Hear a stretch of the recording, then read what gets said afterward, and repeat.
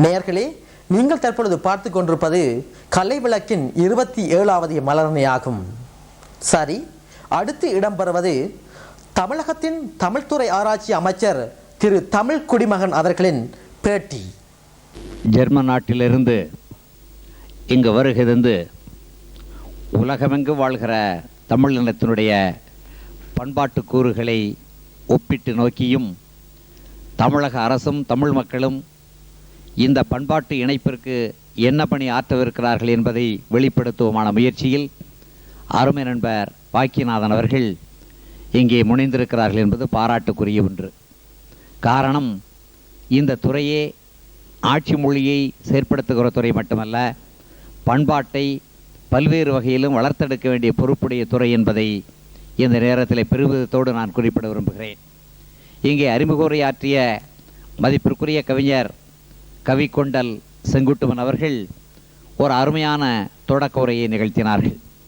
காரணம், இன்றைக்கு தமிழக அரசு தமிழ் வளர்ச்சிக்கென்று தனியாக ஒரு துறையை நிறுவி அதன் வாயிலாக என்னை போன்ற ஆர்வமிக்க தொண்டர்களை இப்பணியை மேற்கொள்ள பணித்து இதன் வாயிலாக உலகமெங்கும் இருக்கிற தமிழர்களை இணைக்கவும், அதே நேரத்தில் உள்ளூர் அளவிலே தமிழக அளவிலே எல்லா நிலைகளிலும் தமிழை உரிய இடத்தில் அமர்த்தவும் இந்த பணிகளை மேற்கொள்ளுவதற்கான முயற்சிகளை ஆணைகளாக அவர்கள் வெளியிட்டிருக்கிறார்கள். இந்த 13 மாத காலத்தில் இந்த துறை எண்ணற்ற பணிகளை அருமையாக செய்திருக்கிறது என்பதை பொதுவானவர்களும் நடுநிலைமையாளர்களும் கட்சி கருத்து வேறுபாடுகளுக்கு அப்பாற்பட்டவர்களும் உண்மையாகவே மனமாற ஒப்புக்கொள்வார்கள். அந்த அளவிற்கு இந்த துறையின் மீது ஒரு வகையான கவனம் அனைவராலும் செலுத்தப்படுகிறது. அதே நேரத்தில் இத்துறையும் அனைத்து துறைகளிலும் கவனத்தை செலுத்தி அது தான் சார்ந்த துறையா என்று கூட பார்க்காமல் இன்னொரு துறையாக இருந்தாலும் எங்கெல்லாம் கவனம் ஊட்டப்படுகிறதோ அங்கெல்லாம் தலையிட்டு இந்த பணிகளை மேற்கொள்கிறது. பாவேந்தர் சொன்னதை போல, கெடல் எங்கே தமிழின் நலம், அங்கெல்லாம் தலையிட்டு கிளர்ச்சி செய்க என்று சொன்னார். இப்போது இந்த துறை கிளர்ச்சி செய்யவில்லை, வளர்ச்சி செய்கிறது. எங்கெல்லாம் கவனப்படுத்தப்படோ அங்கு தலையிடுகிறது. அப்படிப்பட்ட நிலையில் உலகமெங்கு இருக்கிற வாழ்கிற தமிழர்களை பற்றி அருமையாக சிந்திக்கின்ற துறையாக இத்துறை இருக்கிறது.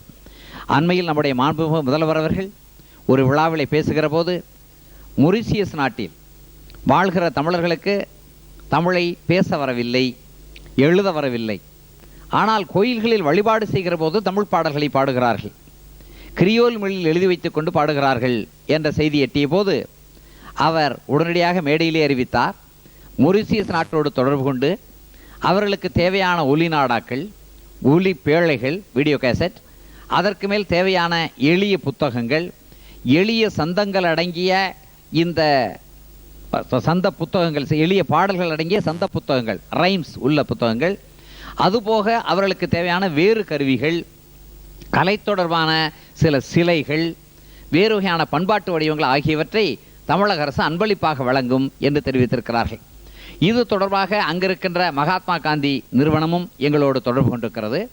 அதுபோக அங்கிருக்கிற துணை பிரதமரும் தொடர்ந்து எங்களுக்கு மடல் எழுதி விரைவில் உங்களுக்கான பட்டியல் அனுப்பி வைக்கப்படும், எங்களுக்கு ஆவண செய்வோம் என்று கேட்டிருக்கிறார்கள்.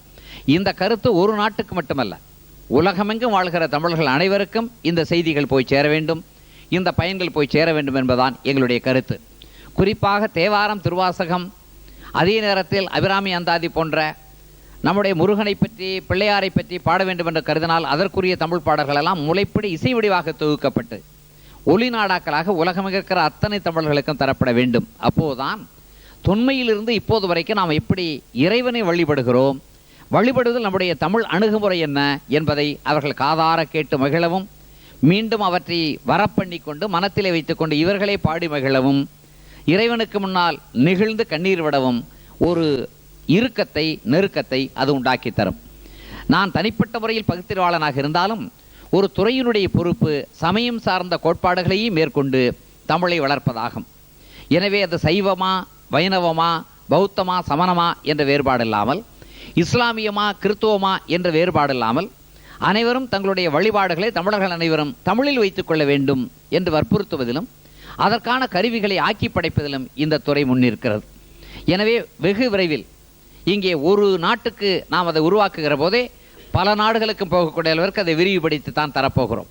எனவே நீங்கள் நினைக்கின்றபடி உலகத்தில் எந்தெந்த நாடுகளெல்லாம் தமிழர்கள் வாழ்கிறார்களோ அவர்கள் வைத்துக் கொண்டிருக்கிற தமிழ் அமைப்புகளின் வாயிலாக இந்த ஒலிநாடாக்களும் ஒளி பேழைகளும் உறுதியாக வழங்கப்படும், எளிய நூல்களும் வழங்கப்படும் என்பதை தெரிவித்துக் கொள்கிறேன். இதுபோக எங்களுக்கு உலகத்தமிழர் கூட்டமைப்பு என்ற ஒன்றை வைத்து அனைவரையும் ஒருங்கிணைக்க வேண்டும் என்ற எண்ணமும் எங்களுக்கு இருக்கிறது. காரணம், இப்போதுதான் இங்கே சிலவற்றை ஒழுங்கு செய்து கொண்டிருக்கிறோம். இங்கே இருக்கிற உலக தமிழாராய்ச்சி நிறுவனம் சில பணிகளை செய்கிறது. உலகமெங்கிருந்து வெளிநாட்டார், அவர் தமிழர்கள் அல்லாதவர்கள் கூட இங்கே வந்து தமிழை பயில வேண்டும் என்று விரும்பினால் உலக தமிழாராய்ச்சி நிறுவனம் அதற்கு ஒரு மொழியியற் பாசறை என்று வைத்திருக்கிறது, லாங்குவேஜ் லேப். அதன் வாயிலாக அவர்களுக்கு தமிழை சொல்லிக் கொடுக்கிறது.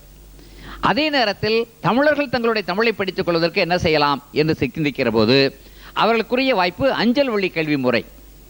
நான் மதுரை காமராசர் பல்கலைக்கழகத்தின் ஒரு கல்லூரி முதல்வராக இருந்த காலத்திலேயே இந்த தீர்மானத்தை கொண்டு வந்து அப்போதைக்கு சிங்கப்பூர், மலேசியா ஆகிய 2 நாடுகளுக்கு மட்டும் மதுரை காமராசர் பல்கலைக்கழகத்தின் வாயிலாக அஞ்சல் வழியில் தமிழ் இளங்கலையை படிக்கலாம், தமிழ் இலக்கணங்களை இலக்கியத்தை படித்து பட்டம் பெறலாம் என்ற சூழ்நிலையை உருவாக்கினோம்.